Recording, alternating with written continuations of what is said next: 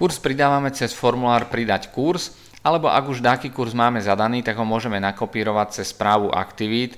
To si ukážeme v časti Správa aktivít. To znamená, ukážeme si, akým spôsobom zadávať kurz a ktoré položky sú najdôležitejšie. Červeným máte vyznačené, ktoré položky sú povinné a položky, ktoré nie sú povinné, tak sú vyznačené čiernym. V textových položkách, ktoré sú také rozsiahlejšie, môžeme daný text aj formátovať. Akým spôsobom je možné formátovať, si môžete pozrieť, keď kliknete na typ, ako písať, odrážky a tak ďalej. Čiže zobrazí sa nám spôsob, akým môžeme naformátovať, urobiť odrážky, poprípade tučné písmo a tak ďalej. Čiže tu je príklad formátu a keď zadáte takýmto spôsobom, tak výsledok bude nasledovná tabuľka. Teraz si postupne prejdeme položky, ktoré sú dôležité pri vyplňaní formulára. Názov kurzu je veľmi dôležitý a mal by byť jednoznačný a výstižný.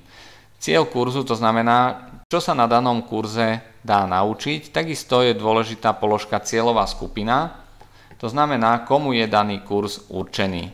Odporúčame čo najpodrobnejšie vyplniť obsahovú náplň, aby bolo jasné, čo sa na danom kurze bude preberať. www stránka aktivity je dôležité, aby ste vyplnili nie úvodnú stránku, ale ak napríklad inzerujete kurz Assertivity, tak by to mala byť linka na kurz Assertivity na vašej stránke. To znamená, po kliknutí na danú linku by som sa nemal dostať na úvodnú stránku, ale presne na ten kurz, ktorý u nás inzerujete. Ak máte video, tak môžete zadať www adresu videa. Ďalej je dôležité zaradiť správne daný kurz do kategórie a podkategórie. Súčasne môžete vybrať až 3 kategórie, alebo teda 3 podkategórie. Tú kategorizáciu máme urobenú dosť podrobne a najmä čo sa týka manažerských kurzov, tam sa niektoré kategórie, podkategórie dosť prelíňajú, čiže odporúčame podrobne si pozrieť informácie a zaradiť poprípade daný kurz do viacerých kategórií a podkategórií. Ďalej kontaktné údaje, tam vám odporúčame tiež vyplniť všetky položky. Ďalej si môžete vybrať, či daný kurz je na mieru alebo pre verejnosť. Samozrejme môžete súčasne inzerovať aj typ kurzu na mieru, aj typ kurzu pre verejnosť. Ak organizujete napríklad kurzy kozmetiky, tak v takom prípade sa jedná skôr o kurz pre verejnosť, to znamená, nemá zmysel inzerovať kurz na mieru, pretože nikdy sa vám nenájde 10 kozmetičiek, ktoré si povedia, že chcú urobiť vnútrofiremný kurz len pre nich a podľa ich požiadaviek. Ak zase robíte trebárs jazykový kurz, počítačový, manažerský, tak v takom prípade ho vždy viete zabezpečiť aj pre uzavretú skupinu. To znamená, keď si povie 10 účastníkov z jednej firmy, že majú záujem o daný kurz, ale chcú ho troška upraviť, chcú si prispôsobiť termín a tak ďalej. Pre kurz pre verejnosť môžeme zadať až 8 termínov súčasne.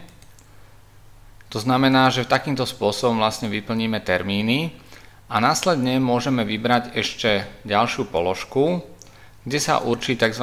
Periodicita organizovania kurzu po vypršaní termínov. To znamená, ak vyberieme napríklad, že otvára sa mesačne, tak v takom prípade po 24.5. sa už nebude zobrazovať žiaden termín, ale namiesto termínu sa bude zobrazovať otvára sa mesačne a tento kurz takisto sa bude zobrazovať pre verejnosť. V prípade, že by sme to nevyplnili, tak v takom prípade nastaví sa automaticky platnosť kurzu do 24.5. Ak sa kurz skladá z viacerých modulov, ktoré na seba vzájomne nadväzujú, to znamená, že jednotlivé termíny nie sú termíny toho istého kurzu, ale sú to nadväzujúce moduly, tak v takom prípade treba zaškrtnúť, že termíny sú vzájomne nadväzujúce moduly. Ďalšie položky, ktoré sú pri kurze, tak si myslím, že sú dostatočne zrejmé a jasné. Poslednú vec, ktorú ešte treba vyplniť, je možnosti publikovania. V prípade, že máte predplatené služby, tak si môžete vybrať, či chcete danú ponuku publikovať ako top ponuku alebo bezplatnú ponuku, ktorá sa bude zobrazovať len na stránke školenia.sk na konci v databáze. V tomto prípade je už vyčerpaný počet top ponúk, to znamená, že v takomto prípade by sme museli publikovať tento kurz len ako free ponuku.